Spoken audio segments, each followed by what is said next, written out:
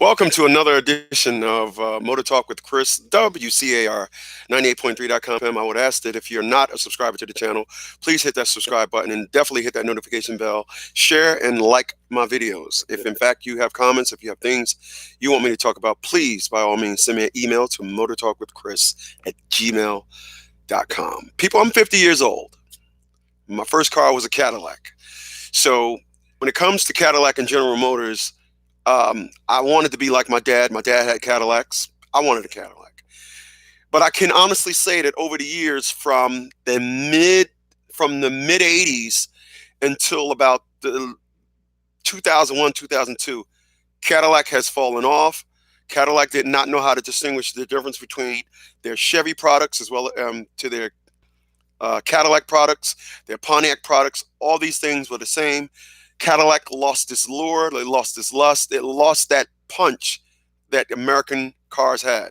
Well, not in performance, but it lost its punch. And then came 2004. Cadillac said, enough. Cadillac then came out with the CTS-V, which for all those that know, was nothing more than a Cadillac sedan with a baby Corvette engine in it. When Cadillac produced this vehicle, the commercial said this: the Cadillac CTS-V, the fastest sedan in the world, not in its class. When they marketed this car, it in fact, excuse me, was the fastest sedan in the world, not class. What you'll often hear when automakers make a product, it'll say the Honda Civic, best in overall quality amongst economy sedans. Cadillac had no problems with saying we have the fastest sedan, period. No classes, not American made, not on the West Coast, not north of the equator, the fastest sedan in the world. So let's just give this retirement party kickoff something to talk about, because General Motors, they're they're retiring the CTS-V, and they're bringing about the birth of the Black Badge. But why? CTS-V, I guess, with CTS-V, what happened is, and this is just my opinion, you can get lost in the title. This is just my opinion. And when I say you can get lost in the title, what I mean is CTS-V. So you say I got a CTS, and then somebody say I got a CTS-V. That's not a far-fetched from confusion. Mercedes-Benz have they'll have a 55 and then a MG. I'm getting brain locked right now. Of course, BMW. The reason why BMW's M badge is so significant is because the M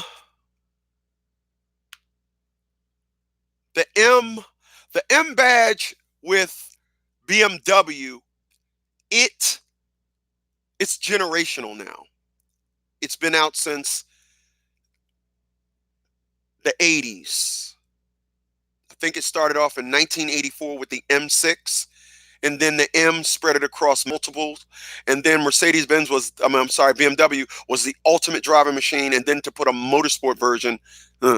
With AMG, it came to me now. With AMG and Mercedes, the reason why AMG is such a significant badge with Mercedes, AMG was its own company. AMG, I remember when Mercedes first designed the E-Class, the AMG E-Class, what they did was they shipped E-Classes from the Mercedes-Benz to AMG. They didn't have front fenders, they didn't have engines, and they didn't have the suspension system. They sent like naked frames of cars over to AMG, truckloads of half-finished E-classes, and then AMG took those cars and added the suspension, flared out fender wells, bigger engine. With the CTS, it never took on its own company. It never took on its own lore. So what Cadillac decided to do after 15 years, they decided to retire the V and introduce us to the BlackWing. Now, will this work? You fucking right. The BlackWing has a punch to it. The BlackWing sounds like it's a vehicle that you want no part of.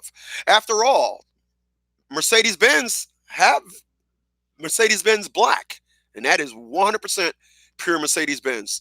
They produced the SLR, and then they said, whoa, we need to bring a kick-down version of this, and they brought it out in the black. But nonetheless, Cadillac bringing out the BlackWing, yeah, I'll buy that. I would. I'd buy that. And I'm going to tell you why I'd buy that. I'd buy that because it's a full word, the BlackWing. I mean, after all, don't we like the X-Men because they fly around in the Blackbird? And when you talk about Black series of anything represents a totally different animal. It represents a total different monster. For example, matte black, black rims. When we associate black to a lot of things, we often, as car guys, if you are one, you know that's something serious. Like, oh, I'm really putting something down right now. So here's what I'm going to do. I'm going to read the article that has been that is on motor1.com, and it's by, of all people, his name is Christopher Smith. Man, that sounds a cool name. All right, so here's how the ad says. It says that would make the V series a mid-level offer. Cadillac dropping something of a bombshell last week with the debut of its new compact sedan, the CT4. The bombshell was that the debut was not based on a model trim that has the CT4V, but a high-performance model. Unfortunately, the bombshell wasn't about how much horsepower was under the hood, or rather how much about how much horsepower was under the hood, but rather how much was missing. Whereas the previous CTS-V, the V was missing. It had 464 horsepower, crazy, 346 kilowatts. This new range-topping sports sedan offered 320 horsepower, a massive decrease to say the very least. However, the V edition may no longer be the range-topping trim for Cadillac's new lineup. If you're confused, it's okay. We suspect Cadillac is also confused right now as well. All right.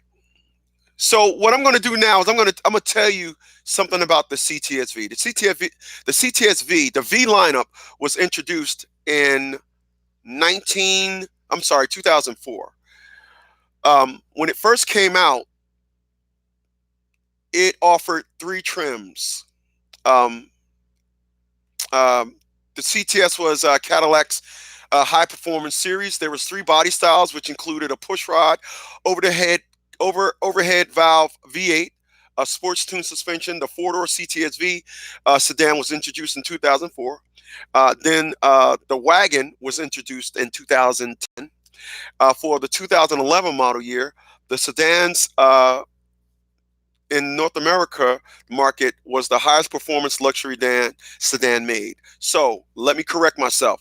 In 2004 is not when they were saying that they have the fastest sedans, period. As I am reading this article, it says that came about in the 2011 year, which now. So let me read what it says. It says for the 2011 year, the sedan says that the Americans in the consumers in the North America market was and had the highest performance sedan on the market, and it was made to compete with brands such as Audi and BMW and Mercedes. And it was made to compete with Audi's RS. Audi's RS division is Rally Sport, which is in-house. BMW's M5, which was Motorsport, which was a separate division outhouse, but now I believe M is in-house. And then it says it was made to compete with Mercedes E63 AMG, which in fact is outhouse. So there it is. What we're doing is we're seeing the introduction of Cadillac, and they're saying to heck with the they're saying to heck with the CTS-V. What they want to go now with is the BlackWing. Tell me what you guys think in your comments below. And remember, if you got anything you want me to talk about, please send me an email. If you can't send me an email, just leave your comment below. Tell me what you think, something you want me to talk about. And I'll catch you guys on the next one. Later, y'all. Appreciate you guys for being here.